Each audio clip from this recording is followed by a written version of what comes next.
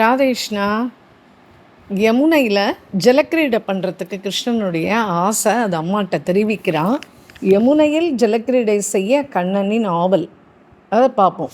கிருஷ்ண கண்ணையாவுக்கு எப்போவுமே சாதாரணமாக நீரில் அலையணும்னா அவனுக்கு ரொம்ப பிடிக்கும். ஒரு நாளைக்கு யசோதாமாட்ட போய் சொல்கிறான், அம்மாம்மா நான் யமுனைக்கு போகணும், ஜமுனாஜி போகணுமா அப்படின்னா. உடனே யசோதாமையா சொன்னால், இல்லை இல்லை தனியாலாம் போகவே கூடாது, நீ நந்த பாபாவோட வேணால் சேர்ந்து போப்பா அப்படின்னா. உடனே நந்த பாபாவை கூப்பிட்டு சொல்கிறா, முதலையே சொல்லிடுறான் யசோதாமையா, பாருங்க இவன் கையை உதறிட்டு யமுனையில் போய் அவன் பாட்டுக்கு குதித்து விளையாட ஆரம்பிச்சிருவான். அவனுக்கு எத்தனை அழி ஆடணும்னு தெரியாது. அதுக்கப்புறம் அவனுக்கு குளிர் வந்துடும். அதனால் நீங்கள் அவன் கையை பிடிச்சி நீங்கள் பத்திரமா அழிச்சின்னு போகணும். அவன் ஜமுனாவில் தனியாக போய் குளிக்கக்கூடாது அப்படிலாம் நந்தபாபாட்ட சொல்கிறா. உடனே நந்தபாபா சொன்னார், சரிம்மா நீ பயப்படாத, நான் கண்டிப்பாக அவனோட கையை விடவே மாட்டேன் அப்படின்னு யசோதாமாவுக்கு தைரியம் சொன்னார். இப்போ நந்தபாபா கண்ணனோட கையை பிடிச்சிட்டு மெதுவாக நடந்து 2 பேரும் யமுனை கரையை நோக்கி போகிறா. இப்போ என்னன்னா, கண்ணன் கிளம்பின உடனே மாடுகள்லாம் அப்படியே பின்னாடியே வருது. நடக்கிறான். அப்படி ஒரு ஒய்யாரமான அப்படி ஒரு கையை வீசி வீசி அப்பா கையை பிடிச்சிண்டு ஓர கண்ணால் கோபிகைகள் பார்க்குறாளான்னு பார்த்துண்டு அப்படி நடக்கிறான் கம்பீரமாக கஜகதியில்.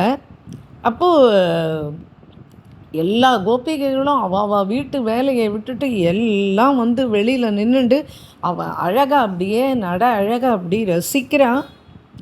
உடனே இவன் என்ன பண்ணான், ஒரு கையினால் அந்த மேலே வஸ்திரம் ஒன்று, இடுப்பில் 2 வஸ்திரம் கட்டியிருப்பா இல்லையா, அந்த வஸ்திரத்தை அப்படியே பிடிச்சிட்டு ஓர கண்ணால் அப்படியே அவளை கடாட்சிச்சுண்டே நடக்கிறான்.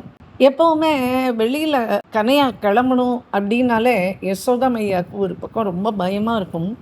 அவளுடைய நித்திய பழக்கமே என்ன அப்படின்னா, காலையில் எழுந்தவுடனே குழந்தை கண்ணனை நன்னா குளிப்பாட்டி அவனுக்கு ரொம்ப அழகாக அலங்காரங்கள்லாம் பண்ணி தலையெல்லாம் நன்னா சுருளாக இருக்கிற அந்த கேசங்களுக்கு நான் அழகாக தூக்கி கொண்ட போட்டு அழகு பார்த்து மையெல்லாம் இட்டு விட்டு அழகாக பீதாம்பரம்லாம் கட்டி விட்டு குழந்தைக்கு அதுக்கு மேலே சலங்கையெல்லாம் போட்டு விட்டு அப்படி அனுப்புவா. இன்றைய தினம் என்ன பண்ணுறா, அவன் வெளியே கிளம்புறான் அப்படின்ன உடனே குழந்தைய ஏகாந்தமாக உள்ளே அழிச்சுட்டு போய் தலையை முதல்ல கழிச்சு விட்டா. அதுக்கப்புறம் அந்த சுருளான கேசங்கள் இருக்கும் இல்லையா, அதை பார்த்து கண் திருஷ்டி வச்சிட போகிறாளேன்னு பயம். அதுக்கடுத்தது கண்ணில் இருக்கிற மைய அப்படியே லேசாக அழிச்சா அப்போ முகத்தில் அப்படியே அந்த மை வழியும் இல்லையா. அப்புறம் என்ன பண்ணால், அந்த கட்டின்னு இருக்கிற வஸ்திரம் ரொம்ப அழகாக கட்டி விட்டுருப்பா, அந்த மேலே இருக்கிறத மட்டும் அப்படி லைஸாக கலைச்சி விட்டுருவான்.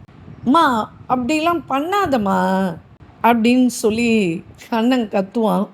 சரி இப்போ நீ போகலாம் அப்படின்னு எல்லாத்தையும் கலைச்சி விட்டு அனுப்பிச்சி விட்டுருவான். அம்மா ஏம்மா நீ இப்படிலாம் பண்ணுற அப்படின்னு அவள் கழுத்தை கட்டின்னு கேட்பான் கிருஷ்ணன்.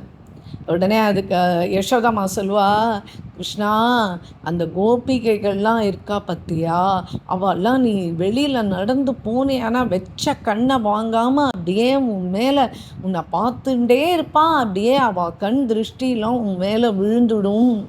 அதனால தான் அது நல்லதில்லை இல்லையா, அதனால தான் நான் உனக்கு இப்படி பண்ணேன் அப்படின்னு சொல்லி கட்டி பிடிச்சி முத்தம் கொடுக்குறா.